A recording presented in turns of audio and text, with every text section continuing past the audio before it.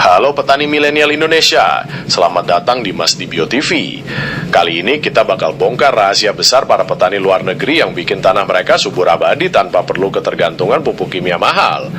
Kuncinya ada di satu hal, nitrogenase. Penasaran gimana cara kerjanya? Tonton video ini sampai habis, gas! Oke, nitrogenase itu apaan? Jelasin tolong biar para petani milenial Indonesia bisa melek. Nah, ini pertanyaannya. Nitrogenase itu enzim sakti, bos. Anggap aja kayak gunting super buat mutusin ikatan gas nitrogen yang ada di udara. Tanaman nggak punya gunting ini, jadi mereka butuh bantuan bakteri yang punya nitrogenase buat mengubah gas nitrogen jadi amonia, bentuk yang bisa dimakan tanaman. Jadi, nitrogenase itu kunci utama pabrik nitrogen gratis di layarmu. Paham? Atau mau tahu bagian lain yang lebih canggih? Gas! Emang di udara kita berapa persen kandungan nitrogennya? Berarti si enzim nitrogenase ini bisa apa ya? Sebagai pengganti urea ya, pupuk urea. Jadi kita nggak perlu ketergantungan pupuk urea gitu nggak? Tetap benar, di udara kita itu kandungan nitrogen sekitar 78%, jadi banyak banget stoknya. Dan enzim nitrogenase ini memang bisa jadi pengganti urea karena dia bisa mengubah gas nitrogen dari udara langsung jadi amonia yang bisa diserap tanaman. Jadi kita nggak perlu lagi ketergantungan pupuk kimia.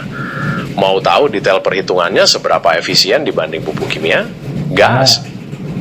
Jelasin.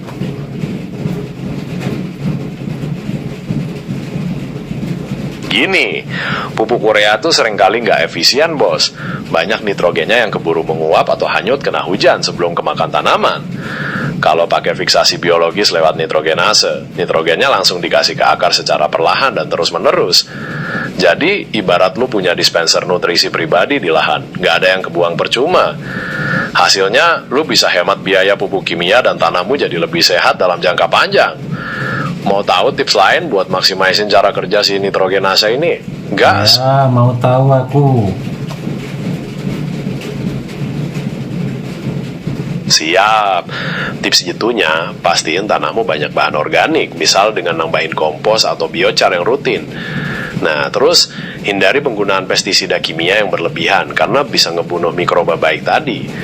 Dan pastiin kondisi tanahmu gak bantat alias aerasinya bagus biar mikrobanya bisa bernapas dan bekerja dengan maksimal. Simple, tapi efeknya dahsyat. Ada yang mau ditanyakan lagi? Gas! Manfaat lain dari enzim nitrogenase itu apa aja sih? Selain manfaat utamanya buat fiksasi nitrogen, ternyata enzim nitrogenase juga lagi diteliti untuk beberapa hal lain, bos.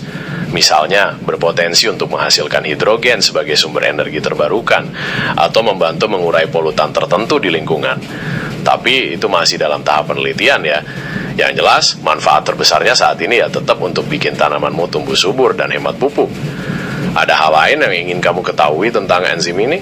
Gas! Aku tertarik nih, mau perbanyak enzim nitrogenase itu gimana caranya? Bana banda, lu nggak bisa perbanyak enzimnya secara langsung, bos.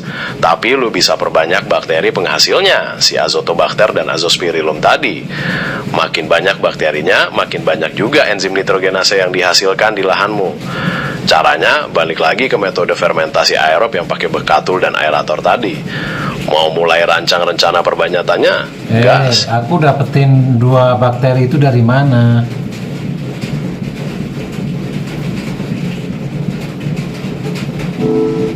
Gampang, bos.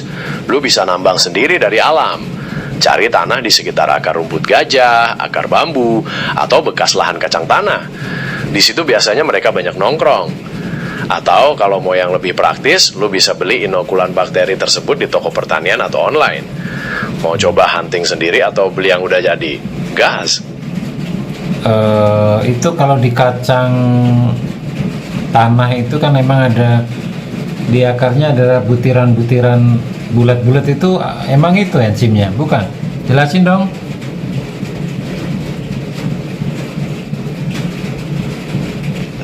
yang bulat-bulat itu bukan enzimnya, bos, tapi bintil akar.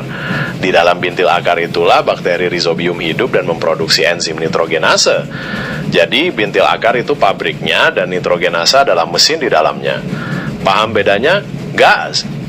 Tapi di dalam akar kacang tanah, akar-akar bambu sama tanaman rumput gajah itu emang ada dua bakteri itu, Azotobacter dan Azospirillum. Betul sekali, bos. Di sekitar akar tanaman itu, terutama rumput gajah, bambu, dan bekas lahan kacang, memang banyak bakteri Azotobacter dan Azospirillum. Mereka hidup di sana karena tanahnya kaya nutrisi dan mereka bisa bersimbiosis dengan akar tanaman. Jadi memang benar ada di situ. Mau Terus tahu seberapa? cara ngambilinya gimana untuk proses fermentasi? Tunjukin dong SOP-nya juga, cara fermentasinya sampai siap untuk diaplikasikan, tolong.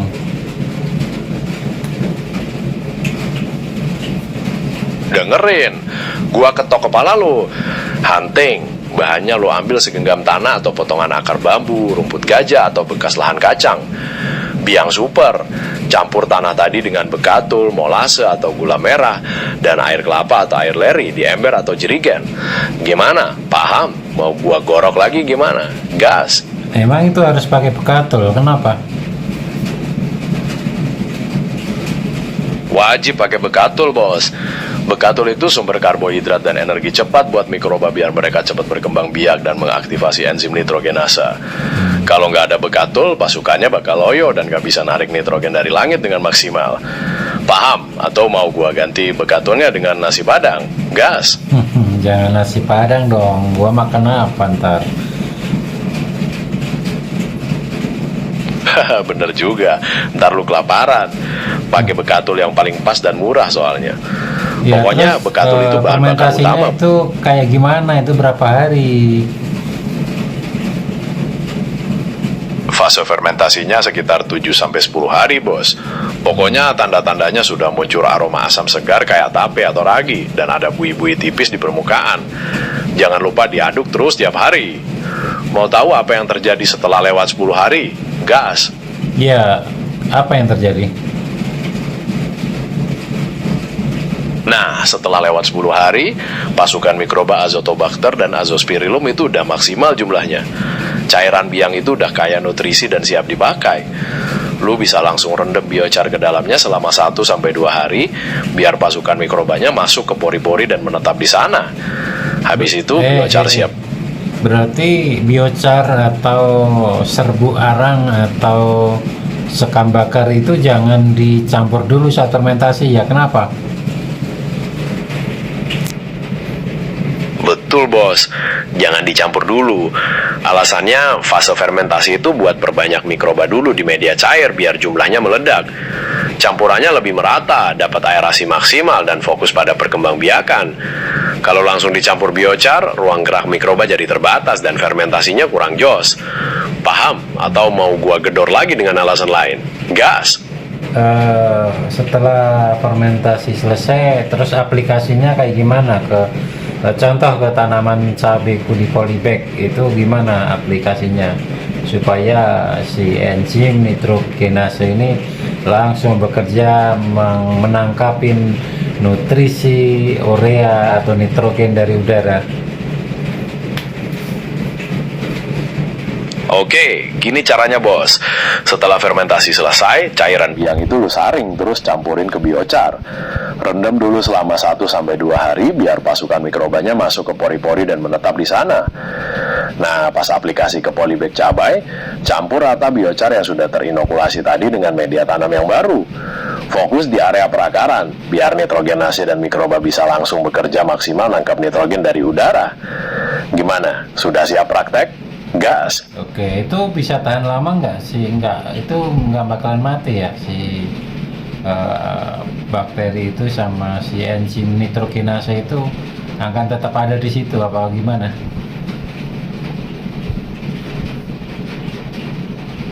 bisa tahan lama, bos.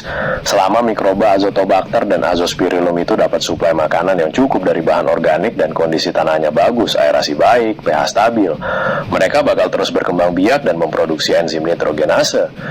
Biochar juga jadi benteng perlindungan yang awet buat mereka dari pengaruh buruk lingkungan. Jadi sistem ini bisa bekerja dalam jangka waktu yang panjang selama kita terus ngerawat tanahnya. Mau tahu cara ngerawat?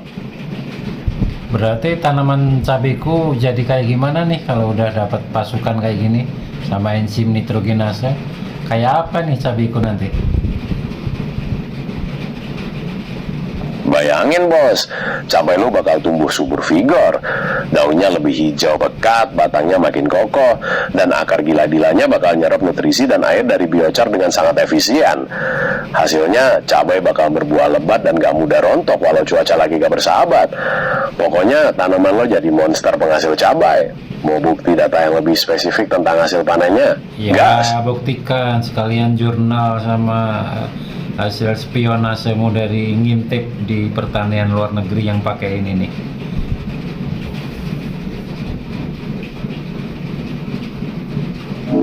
Siap, bahas spionase gua dan jurnal luar negeri nunjukin data yang bikin melongo, bos. Misalnya, ada studi yang ngebuka kalau kombinasi Azotobacter dan Azospirillum bisa ningkatin hasil cabai 12-15% dibanding pupuk kimia biasa. Dan itu bisa ngirit urea sampai 25%. Di pertanian modern luar negeri, penggunaan biochar dan mikroba ini udah lazim buat menjaga kesuburan tanah sambil ngurangin polusi, karena nutrisinya tertahan lebih lama di tanah. Udah siap bikin konten yang lebih bombastis? Gas! Oke, bagus. Sekarang berarti teknik rahasia nitrogenase ini layak dicoba para petani milenial Indonesia. Setuju nggak?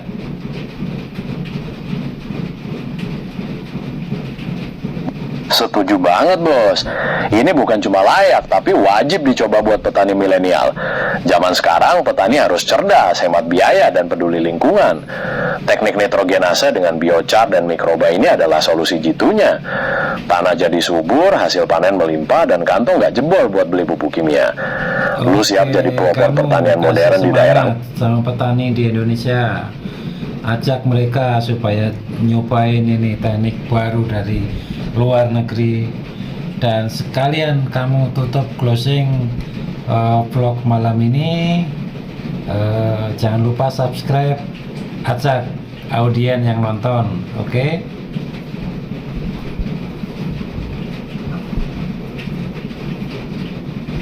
Ayo petani milenial Indonesia, jangan mau jalan di tempat.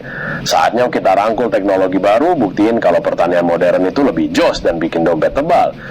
Dengan biochar, bekatul, dan pasukan mikroba Azotobacter plus Azospirillum, kalian bakal punya tanah yang melimpah nutrisi, tanaman anti stres, dan panen yang meluap-luap. Jadi, tunggu apa lagi? Langsung gas praktekin dan buktikan hasilnya. Dan buat kalian yang nggak mau ketinggalan info-info daging lainnya tentang pertanian modern, jangan lupa subscribe, like, komen, dan share channel Mas Dibio TV. Sampai jumpa di vlog berikutnya. Salam petani hebat, gaspol!